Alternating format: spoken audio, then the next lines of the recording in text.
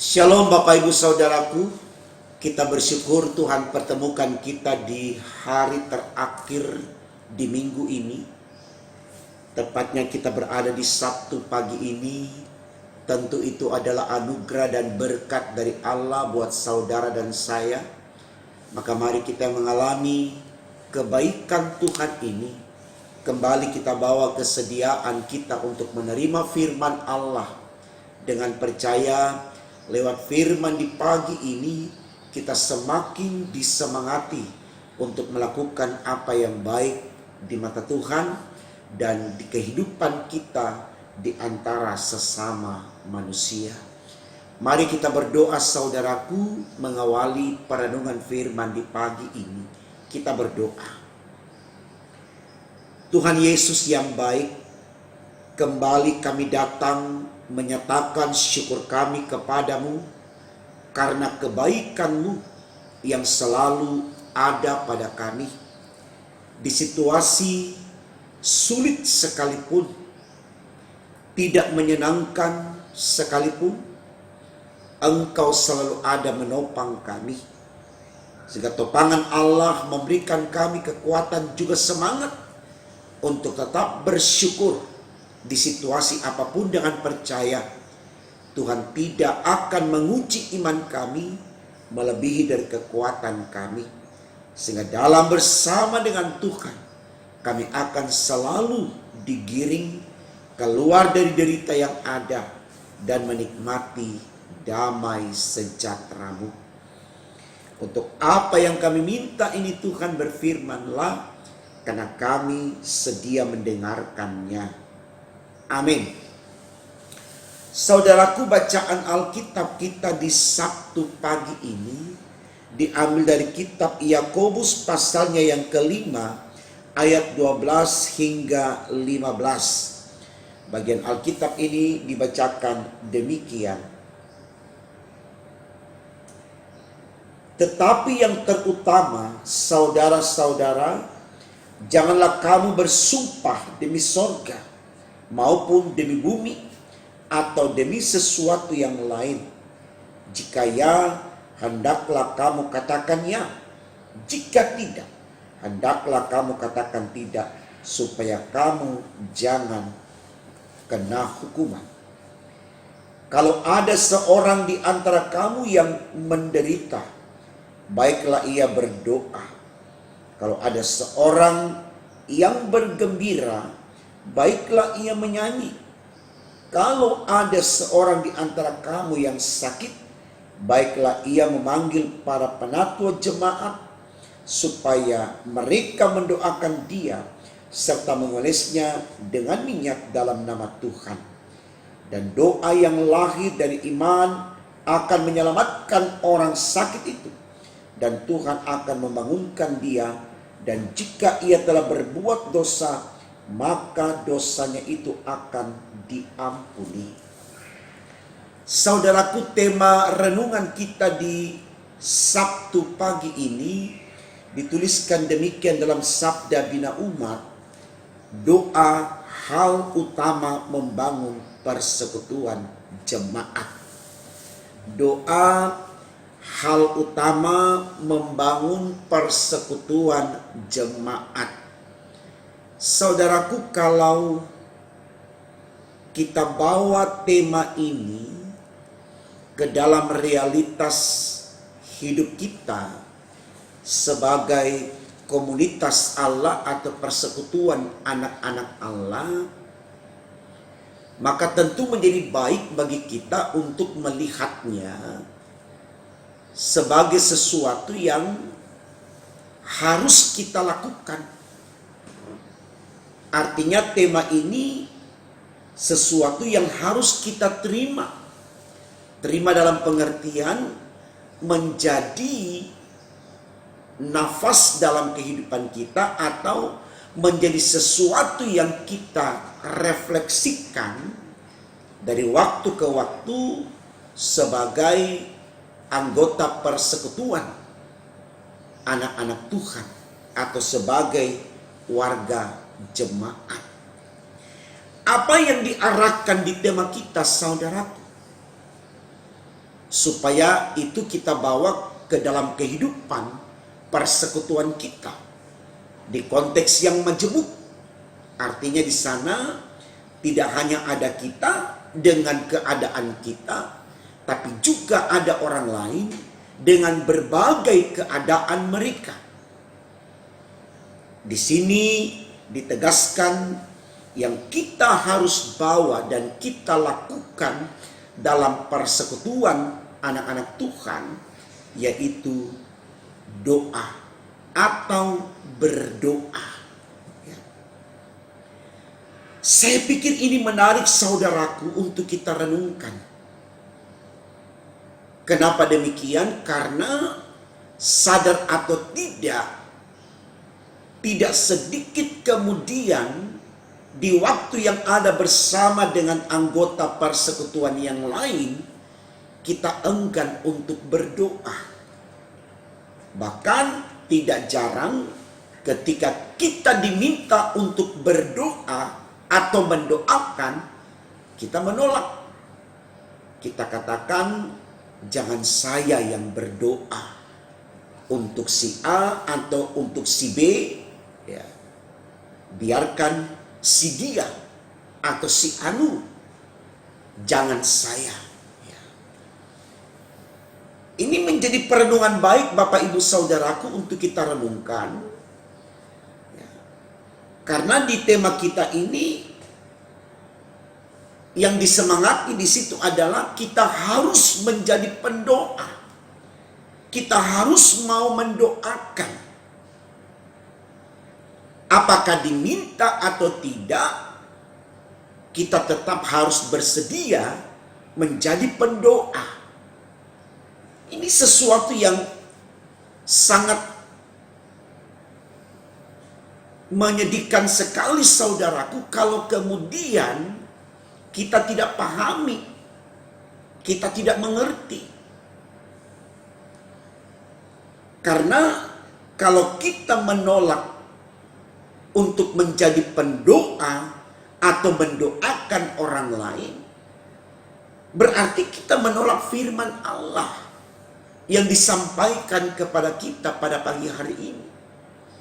Pertanyaannya adalah, sebegitu luar biasakah kita sehingga kita tidak membutuhkan firman Allah? Hanya karena firman meminta kita untuk mendoakan, untuk berdoa. Dan kalau kita mau berenung sejenak saudaraku, apa kesulitan kita untuk mendoakan? Apa beban kita untuk berdoa? Bukankah mendoakan dan berdoa itu sesuatu yang hanya kita ucapkan, sesuatu yang hanya kita lafalkan dalam sebuah kata yang dirangkai dalam sebuah kalimat yang harus dibangun dari jiwa yang memuliakan Allah dalam ketulusan, keikhlasan. Saya pikir tidak membutuhkan energi yang besar seperti kita mengangkat sebuah batu, kita mengangkat sebuah benda. Karena itu hanya bisa, doa itu hanya kita bisa lakukan dengan mengucapkan kalimat. Saya pikir kita terlalu berlebihan saudaraku menganggap doa atau mendoakan itu beban. Ini bagus saudaraku untuk kita koreksi, kita introspeksi. Ya. Ini bagus Bapak Ibu Saudaraku untuk kita mengerti.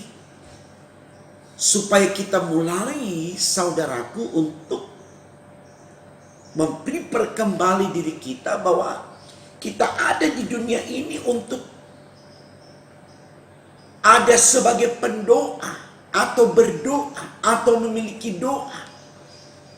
Karena kita tahu persis doa itu adalah nafas kehidupan orang percaya. Jadi kalau kita tidak punya doa dan kita tidak berdoa, itu berarti kita tidak bernafas. Mari kita lihat ayat Alkitab kita, saudaraku. Dalam ayat 13 dikatakan begini.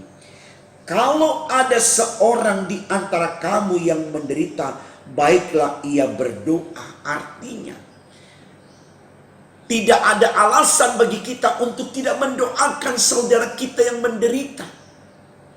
Entah karena sakit atau kemalangan, kegagalan apa yang dia lakukan, atau mungkin mengalami berbagai macam hal yang menindih kehidupan mereka. Di situ saudaraku, kita tidak bawa keadaan kita menurut kepentingan kita, tapi kita harus hadir di situ berdasarkan kepentingan Allah. Karena ketika kita berbicara tentang Allah, kita tidak lagi berbicara tentang diri kita dan kepentingan kita. Itu namanya penyangkalan diri. Kita harus berani mengakui bahwa saya hidup hanya untuk Allah. Supaya Allah mau, Dia ada hanya untuk kita. Ini yang harus kita refleksikan, Bapak Ibu Saudaraku. Dan saya pikir sekali lagi, bukan sebuah kesulitan yang sangat besar ketika kita diminta oleh Allah untuk mendoakan orang yang sakit, orang yang susah, orang yang berduka. Contoh kecil saja, Tuhan Yesus berkati saudaraku si A yang sakit, sembuhkan dia dengan cara Tuhan. Amin. Saya pikir ini tidak berat, Bapak Ibu Saudaraku. Kita tidak sedang memikul beban yang berkilo-kilo. Kita tidak sedang mengangkat barang yang berat. Tidak. Kita hanya diminta untuk mengucapkan, menglafalkan doa untuk orang yang membutuhkan. Coba kita berenung sejenak, saudaraku. Berapa banyak kali kita menolak, bahkan kita enggan untuk mendoakan orang lain. Sementara di sini Allah meminta kepada kita untuk mendoakan. Siapa kita yang bisa melawan Allah? Siapa kita yang bisa menentang Allah? Kendati pun dia orang yang pernah menyakiti saudara. Di sini Tuhan tidak mengatakan, karena dia menyakiti engkau, jangan doakan dia, balas kejahatannya dengan kejahatan. Tidak, saudaraku. Kalau kita baca dalam kitab 1 Petrus 3 ayat yang ke-9, dikatakan di sana, jangan membalas kejahatan dengan kejahatan atau caci maki dengan caci maki, tapi hendaklah engkau memberkati. Ini firman Allah, saudaraku, bahwa kita harus memberkati, kita harus jadi berkat. Mari kita berenung, saudaraku, bahwa selama ini kita sudah tidak mengikuti kata Tuhan karena kita enggan untuk berdoa. Kita tidak mau mendoakan hanya karena kita merasa sakitnya itu di sini, sehingga dendam itu belum hilang, pembalasan itu belum dilakukan. Jadi saya tidak akan mau berdoa untuknya. Saudaraku, sejauh kaki melangkah, sejauh kekuatan kita bangun untuk merancangkan pembalasan karena sakitnya itu di sini atau sakit hati kita, percayalah kita tidak mendapatkan kepuasan di dalamnya. Karena Tuhan tidak pernah berpihak dan berkehendak untuk tindakan-tindakan yang demikian. Tuhan meminta kita untuk mengampuni, memaafkan setiap kesalahan orang yang dilakukan kepada kita. Firman Tuhan sudah katakan, kasihilah musuhmu. Ini firman, saudaraku, bukan seorang pendeta yang menyampaikan kepada Bapak Ibu. Ini perkataan Tuhan. Kalau kita mau tahu alasannya kenapa Tuhan mengatakan kasihilah musuhmu, supaya kita tenang, hidup kita damai. Kalau orang lain memusuhi kita, tetap menyimpan dendamnya untuk kita, Jangan kita menjadi sama seperti orang lain. Karena orang yang memiliki dendam di sini, di jiwanya, di hatinya, di pikirannya, di perasaannya, itulah derita yang tidak akan pernah berakhir dalam hidup kita. Mengapa kita tidak lepaskan itu, saudaraku? Berjalan dengan kelegaan. Tidak ada musuh saja, hidup kita sudah tidak tenang. Karena ada saja problem yang kita hadapi. Apalagi kalau kita punya musuh. Berdamailah dengan diri kita. Berdamailah dengan orang lain. Kalau damai itu ada di antara kita, saudaraku, maka kita akan bisa mendoakan orang lain. Apapun alasannya, kita pasti bisa mendoakan. Dan ketika setiap jemaat saling mendoakan, itu menjadi kekuatan besar bagi jemaat itu untuk bisa mengalami damai sejahtera dan kebahagiaan. Itu tema kita, katakan saudaraku. Doa hal utama, garis bawahi. Doa hal utama membangun persekutuan jemaat. Jadi kalau doa sudah tidak ada di persekutuan itu tidak saling mendoakan, itu awal kehancuran. Itu awal derita yang akan menimpa persekutuan itu. Tapi kalau persekutuan itu saling mendoakan, maka di situ akan ada spirit, ada semangat, ada berkat.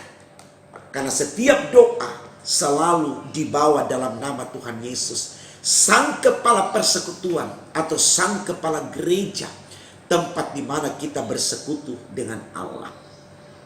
Dan tentunya Allah akan menyertai persekutuan itu, yang di dalamnya saya dan Bapak Ibu ada.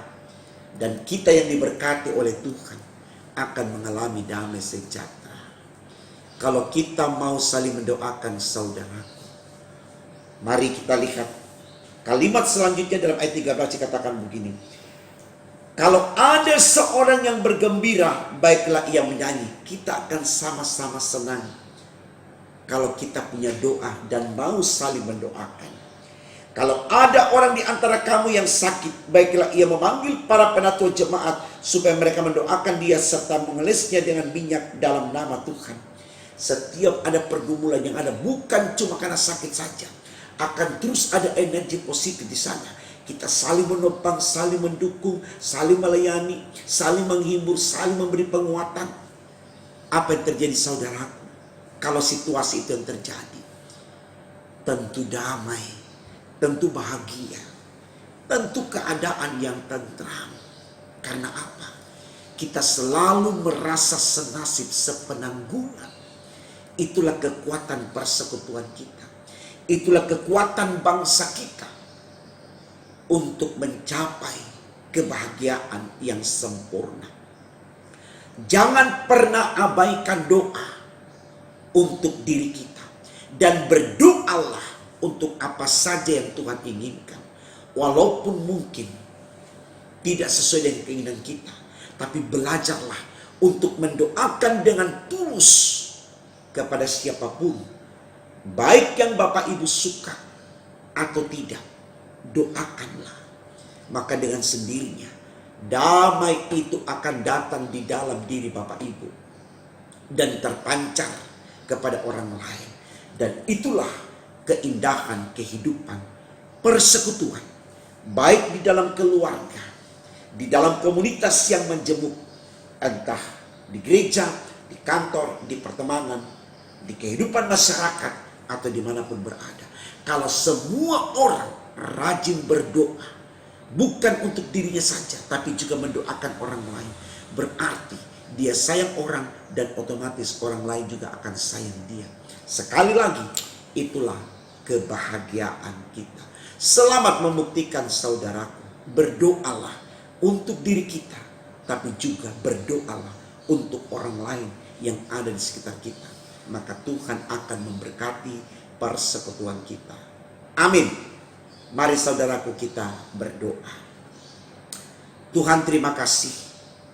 Kembali Engkau ajarkan kepada kami betapa pentingnya memahami diri kami sebagai pendoa. yang memiliki doa dan bersedia untuk berdoa.